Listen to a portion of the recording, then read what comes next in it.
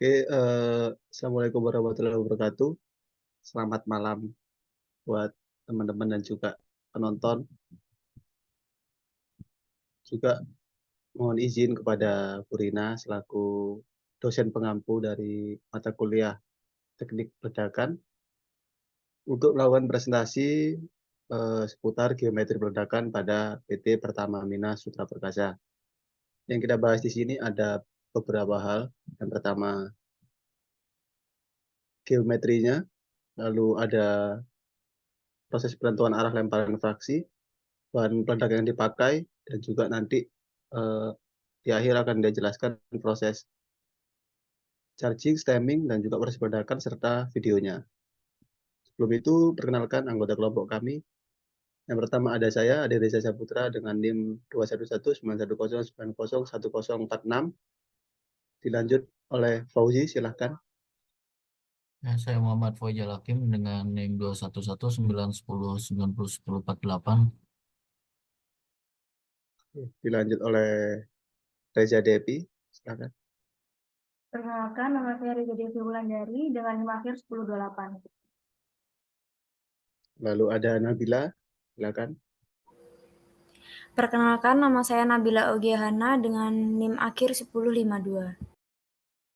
Lalu yang terakhir ada Syafiq, silahkan. Kenalkan, nama saya Muhammad Syarif dengan NIM akhir 1056.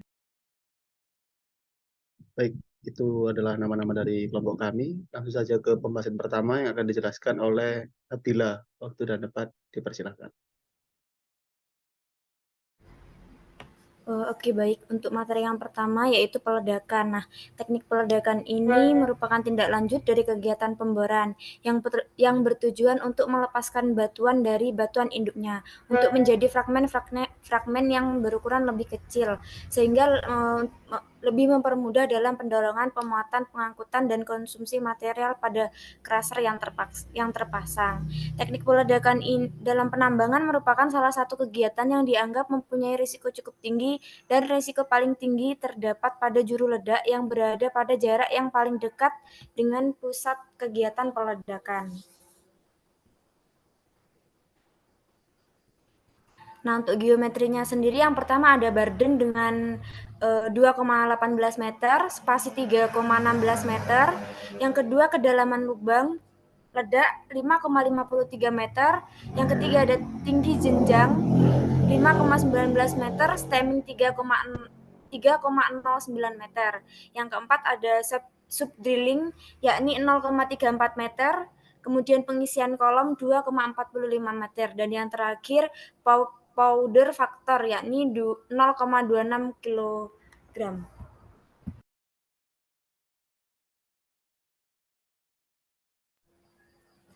Geometri. Nah, geometri ini menghasilkan fragmentasi boulder ukuran kurang dari 80 cm sebanyak 31,35%.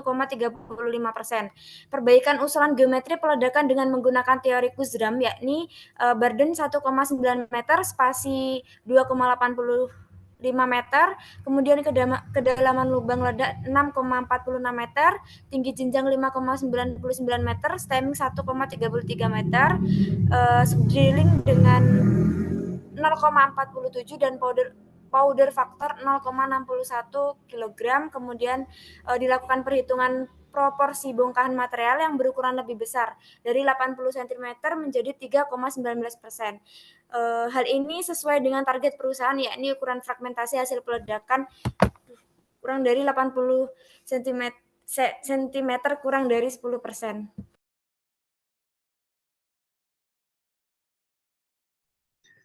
Baik, selanjutnya ada arah lemparan fraksi. Setelah melakukan penentuan geometri, tentunya kita akan menentukan mau kemana lemparan fraksi akan diarahkan. Nah, pada PDB-MSP ini, cara menentukan arah lemparan fraksi yaitu dengan mempertimbangkan free surface atau zona bebas, serta bermain atau mengatur delay dari masing-masing lubang ledak yang diatur menggunakan detonator pada setiap row atau rangkaian. Untuk ilustrasinya seperti ini. Nah, ilustrasinya seperti ini ya. Jadi di sini kita mempunyai 3 row ledak atau 3 rangkaian ledak yang berisi tiap-tiap lubang ledak. Sini kita mempunyai free face ke arah depan. Jadi otomatis arah lemparnya ke arah free face atau ke arah sini. Untuk mengaturnya pada PMSP itu hanya menggunakan pengaturan delay. Jadi yang digunakan contohnya pada serangkaian pertama, kalau mau dilempar ke arah sana kita menggunakan delay pada yang depan itu yang lebih kecil dari yang belakang. Otomatis di sini rangkaian 1 kita pakai delay yang depan 0. Di sini bisa 0 juga.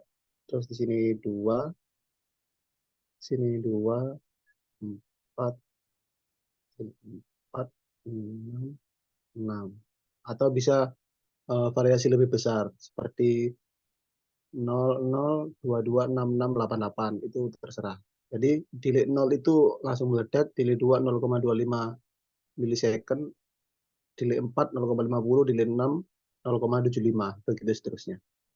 Jadi sistemnya yang meledak dahulu itu diledakkan di awal. Jadi yang depan meledak lalu didorong oleh yang belakang karena yang belakang meledaknya agak telat. Jadi yang belakang mendorong yang depan sehingga mendapatkan free face mendapatkan arah lemparan ke arah free face, yaitu ke arah depan.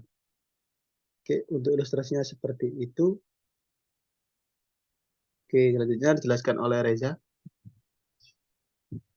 Baik, untuk selanjutnya yaitu bahan peledak. Bahan peledak sendiri merupakan suatu material yang sifatnya tidak stabil baik secara kimia maupun energikal, atau bisa juga diartikan sebagai suatu bahan yang menghasilkan bahan pengembangan mendadak dari bahan diikuti dengan penghasilan panas dan juga perubahan besar pada tekanannya. Bahan peledak sendiri itu bisa dibedakan menjadi 3, yaitu mekanis, contohnya seperti bom, granat, dan juga ranjau. Kemudian ada peledak, yaitu ada dinamit, dan juga nuklir. Peledak kimia yang dinamit tadi. Untuk nuklir sendiri ada TNT dan juga uranium. Nah, bahan peledak yang digunakan pada PT PMSP yaitu menggunakan produk dahana, yakni ada ANFO atau aluminium nitrat fuel oil, kemudian ada detonator, dan juga power gel. Selanjutnya yaitu detonator elektrik. Detonator sendiri merupakan bahan pemicu ledak yang akan meledakkan power gel, juga digunakan sebagai penyambung antar lubang sehingga menjadi suatu rangkaian. Detonator elektrik terdiri dari beberapa variasi delay dari 0 sampai dengan 20.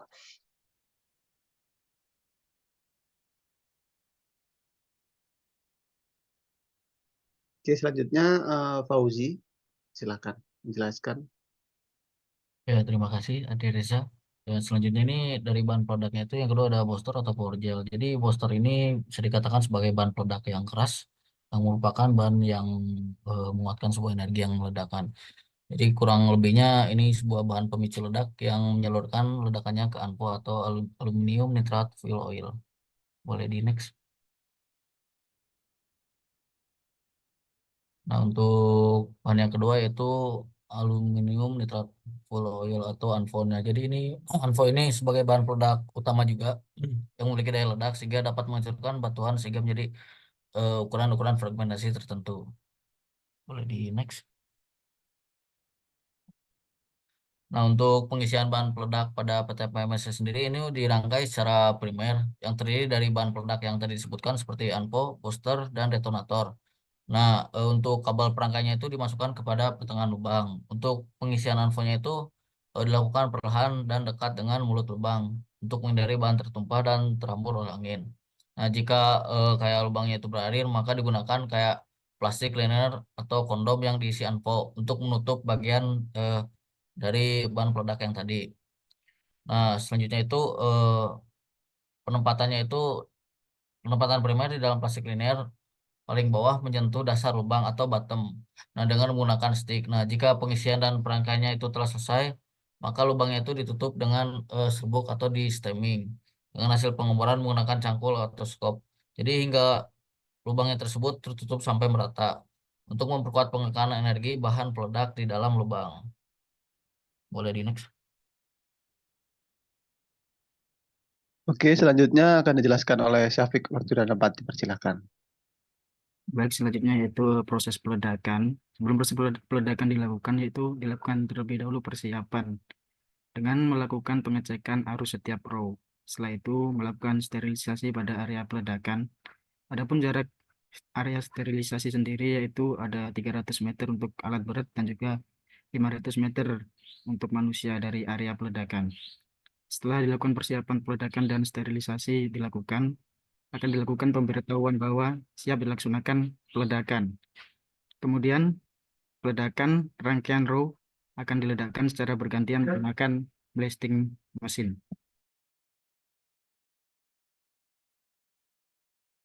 Berikut ini adalah video peledakan yang terjadi di PT PMSP.